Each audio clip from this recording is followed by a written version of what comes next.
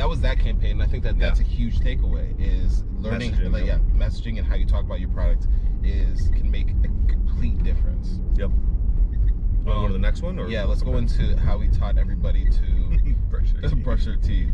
It's a genius campaign. Mm-hmm. Most people at this time, I mean, I'm gonna date Claude's timeline just with another tidbit here. Mm-hmm. They didn't even have hot showers.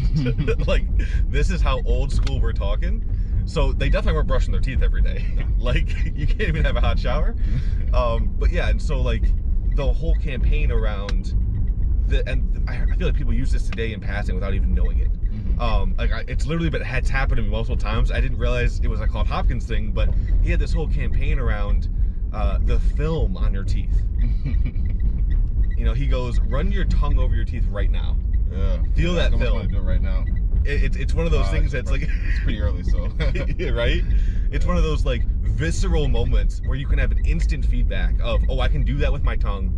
I can feel that film that he called. Yeah. Okay, we'll buy our toothpaste and get rid of that. Mm-hmm. That's a really powerful thing too. I kind of want to jump into that with Super Secret, but talking about it like just a little bit of a foreshadow. Yeah. Is anchoring your product to a specific action, I think, is a really powerful way of communicating. Because anytime you do that, you're like, and then you start filling in like, oh, huh. I don't like that. But it's also one of those things that's like, you probably do that 100 times a day. Yeah. But when I call attention to it, now you're doing it with intention and with focus. Yeah. You know, same thing if I said like, okay, now you're breathing manually. Yeah. You start breathing manually. Yeah. You know, it's one of those things that, you know, it's one of those everyday occurrences that you can actually turn into a opportunity to sell. Oh man, we're about to go crazy in the Super Secret. I almost want to like skate through some of this stuff. We're gonna skate through this. So that way I could get right there. But yeah, it's a really, really, really powerful way of communicating with your market and making sure that you're memorable. Yes. Because here's the thing, a lot of what he was doing and how he was testing is so when you put money on it, you're basically betting whether or not this person is going to buy or if they're going to ignore your ad. Yeah. And so there's some stakes there. Yep.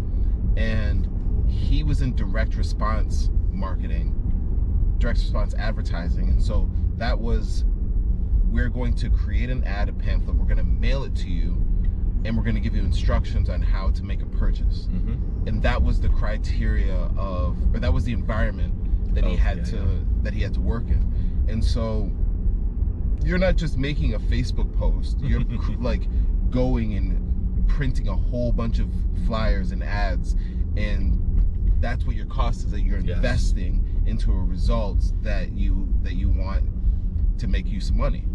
Yeah. So better not guess. Yeah. And so like you have that kind of money. Yeah. And so you have to be really clear on what you want with somebody, the steps that you want somebody to take, and be aware of a budget and how that plays out. So there was after that there was Liquozone. Is that the other one that you wanted to? It doesn't ring a bell, but maybe that was the one. No, that was a little bit earlier. Okay, there was one after the soap. Yes, I believe it was the soap. Mm-hmm. I don't have the specifics on the campaign, but I do know there was that third one that most people are like, oh yeah, that's one of his shining works. In terms of it was Palmolive soap. I don't know if I'm saying that correct. But he claims Cleopatra had washed with palm leaves and olive oils, despite the sputtering protest that historians had. Asked chemists to multiply the lather 250 times the normal amount, and he positioned it as a beauty bar, connecting soap to beauty rather than just cleanliness. And this got a lot of women interested in mine. Finally cleaning themselves. Yeah, like you said, cleanliness was a real problem. Yeah.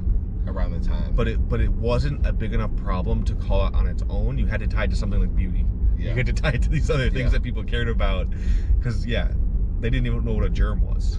Well, that's so interesting when you think about the hierarchy of what people care about. I mean, that's another thing that we could probably dive some into. Oh yeah. But there are certain things that take precedence over based on your education, I would say.